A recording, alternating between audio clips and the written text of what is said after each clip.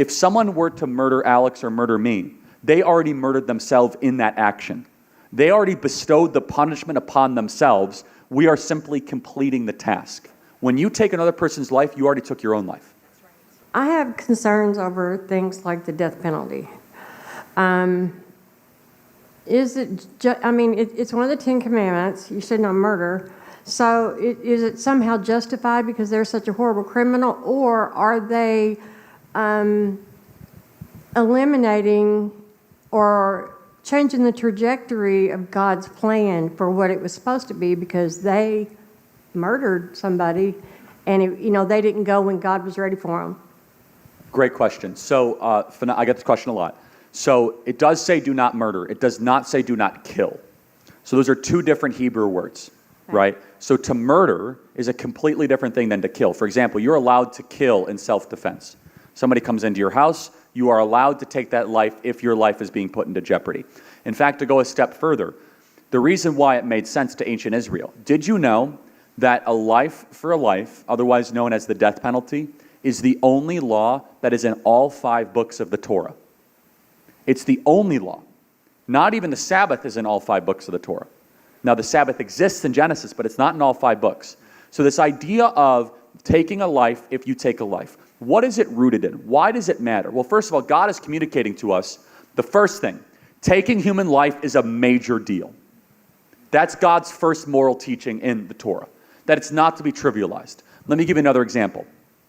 There's a law of the 613 laws of Judaism, of which we are not bound to the ceremonial law, which is one of them, that if an animal takes a human life, you must kill that animal.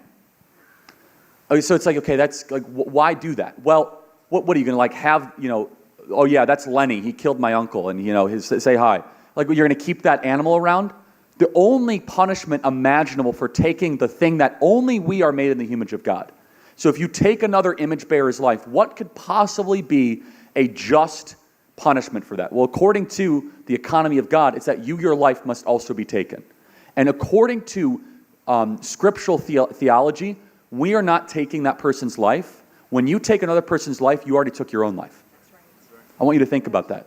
If someone were to murder Alex or murder me, they already murdered themselves in that action.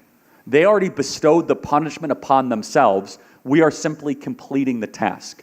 And think about it. Some people will say, but Charlie, it's not fair because of whatever sob story liberal reason. How is it, and honestly, no, and I'll just close with it. I'll kind of finish with this. But you know who it's not fair to? It's not fair to the victims. You are cheapening the lives of the victims. You are basically saying the victims die and you get to live. So you get to continue to live even though you took the lives of others. So for example, I think it's fundamentally wrong that creep who killed those 4 college kids in Moscow, Iowa, that he gets to keep living. So he kills 4 college kids and he keeps on getting to have life, and those people don't. In order to say that those people's lives mattered, the only just thing that we can reason ourselves to is to take that person's life. And that is not murder, that is killing, and it's societal self-defense.